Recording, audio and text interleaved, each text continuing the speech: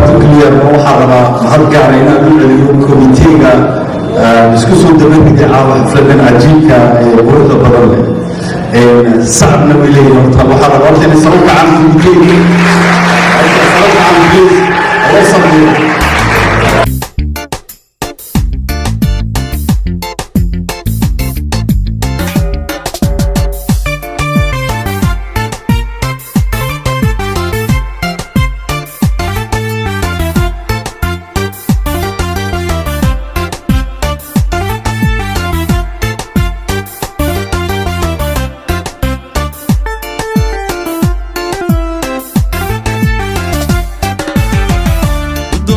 بقر كرام لهيو أنكو قد ودين وعاقل هيو قديو قريقا نحيل ديو قنديو قد جوب كراد بدنو bulshada kala guuran gareexaqoon goban xirkoodu gabin baanahay bulshada kala guuran gareexaqoon goban xirkoodu gabin baanahay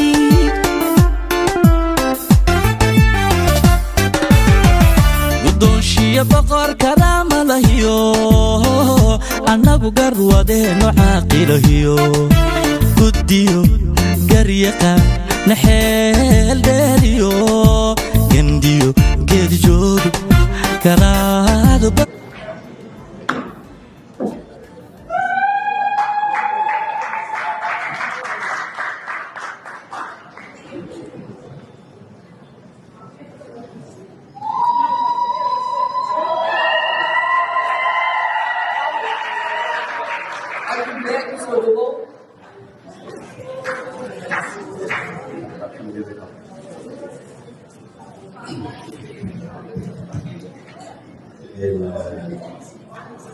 ما شاء الله ما شاء الله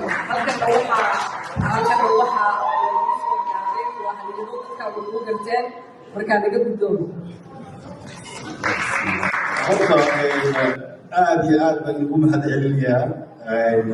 xafladan caawa aad soo qabaqaabiseen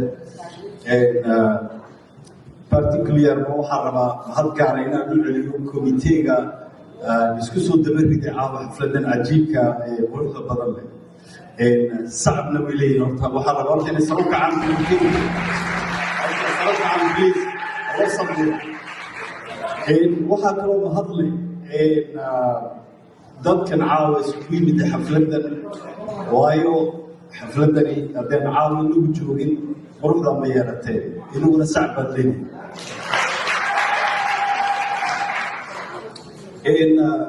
inaan ka qayb gala caawa xafladda xeer ciise waxay taariikh farxad gaar ay tahay iyadoo anniversaarkii xeer ciise ay tahay oo sanad ka soo wareegay UNESCO markii laga hirgeliyey waxaa kaloo aniga in farxada xafladan quruxda badan leh maanta inaan soo bandhigo buugga referendumka 1958kii taariikhda Djibouti lagaga hadlayay aad bay farxad ii tahay oo maanta reer Edmonton sidaa quruxda badan lagu soo dhaweeyey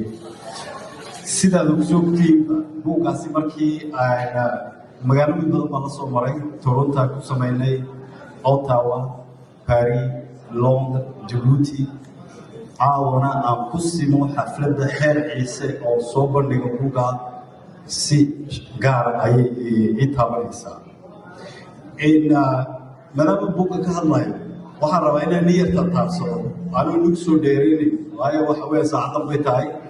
ma raba inaan lagu caajiso kolkaba soo koobay buugga wuxuu ka kooban yahay 4 qaybood qaybta ugu horeysa maadaama ka hadlayno xeer ciise caawa qaybta ugu horeysa waxay ka hadlaysaa dadkii dhulka ku noolaa maanta Djibouti la yidhaahdo oo waqtiga loo dhahay conferences de Somali xadaaradooda say ugu noolaayeen dhaqanka isku maamuliyeen siday iyagu intuu gaalku iman ay iyagu dowlad jirta ahaayeen oo nidaam ahaa ayuu ka hadlayaa partiga ugu horeeya marka dambana gaalku imanayo magaalada Djibouti la dhisaayo waxaa kaloo ka hadlayaa waqtiga magaalada la dhisay dadkii ku noolaa tacabkii iyo dhibaatadii iyo dilkii badnaa loo geystay si magaalada loo dhiso oo shaqadifar loo dhiso qaybta labaad waxay ka hadlaysaa anigoo soo koobaya in referendumkii dhacay labadii haliyey alla naxariistay labadoodaba maxamuud xarbi iyo xasan guleed posisiyonada ay qaateen markii referendumka la soo bandhigay qaar midna yidhi b midna no yidhi siday u dhacday iyo say u kala fikrada duwanaaday ayuu soo dhigayaa qaybta labaad qaybta saddexaad waxay ka hadlaysaa dadkii dhulka ku noolaa ee dhaqan lahaa sida ay u isticmaalaan dhaqankii si ay u xalliyaan dhibaatooyin badan oo ay gaaladu keentay oo dadka isku diraysay ayuu ka hadlay qaybta saddexaad qaybta afraad waxay ka hadlaysaa damacii Ethiopia ay ka lahayd waddanka iyo labada Soomaali istadeer British Somaliland iyo Italian Somaliland ayaguna damacay ka lahaayeen maxaa la yidhahdaa waddanka la odhan doono Djibouti laakiin waqtigaa la odhanayay Côte Française de Somalie kolkaas aan soo koobay resume waa caynkaasi waxaan jecelahay inaad maanta maadaama ninkan ay koobiyaan inaad waqti qaadatiin akhrisatiin isweydiisay su'aalo waayo waxay ka bilaabaysaa referendumka 1958 waa meeshay ka bilaabaysa taariikhda nationalismiga movement nationalismiga waxa la yidhaahdo meeshay ka bilaabayso kolka inaa la fahmo waayo ay u dhacday inaa maxaa la yidhahda decisionka aan qaadanay inaa dib loo dhigo xorriyadda waxyaalada ay ku dhacday inaa la fahmo kolka waxaa lagu dhiirigelinayaa inaad iska akhrisatiin koobi qaadatiin insha allah waqti dambe isku soo noqonay inigoo akhristay aan ka sheekaysan karno oo deybaa laga samayn karo oo su'aalo isweydiin karno saasaan kusoo koobayaa aad iyo aad baa mahadsantihiin reer Edmonton book meesha aad baa loo buuxiyey sharaf bay tahay thank you so much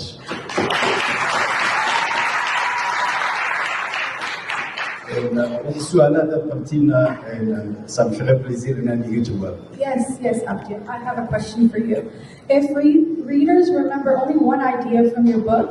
what should it be and why?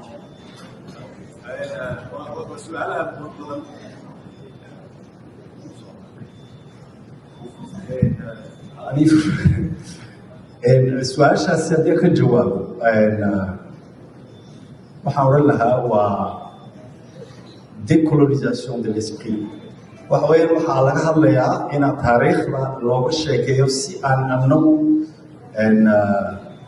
u fahmi karno ama annaga aan ku macnayn karno laakiin ay noqon si aan taariikhda ku macnayn si ajanabiga waqti kasta istaadiir inay gaaladu noo qorin taariikhda inagu aan qorno inagu saan u arkayno inaan u qorno saasaan oran lahaa ideaga main idea hadii la yidhahdo السلام عليكم عبد البلاد. السؤال شيء واحد عبد البلاد. ريفرندوم الصومال بقول وأفتي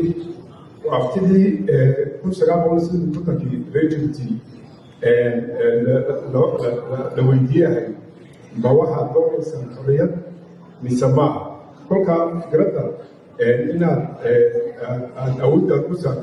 تقول تفوق ريفرندوم فكرة كلها سمحين. هذا يلا فكرة بدل ضغط يسوع عين توميس waxay ahayd maadaama movement nationalist ama xorriyadoonka xilluutooda wada aragtay ma iman doonta meesha ka bilaabatay halkee bay ahayd iyo referendum afti dadka loo soo bandhigay maxaa keenay inay dadku yiraahdaan ma rabno xorriyadda dib baan u dhigaynaa waqti kala qaadanaa waxyaaladii keenay maxay ahayd sababihii keenay maxay ahayd kolkii wax macnaheeya sababo badan sababo dhinaca ka imanaysa gumaysiga iyo sababo dadkii waddanka ayagu ku heshiiyeen oo yidhaahdeen annaga waxaan rabnaa inaan xoogaa xorriyadda dib u dhigano oo waqti kale aan u dhigano saasaan ula kale I am Sijui from northeastern Kenya. You bear with you in my Somalia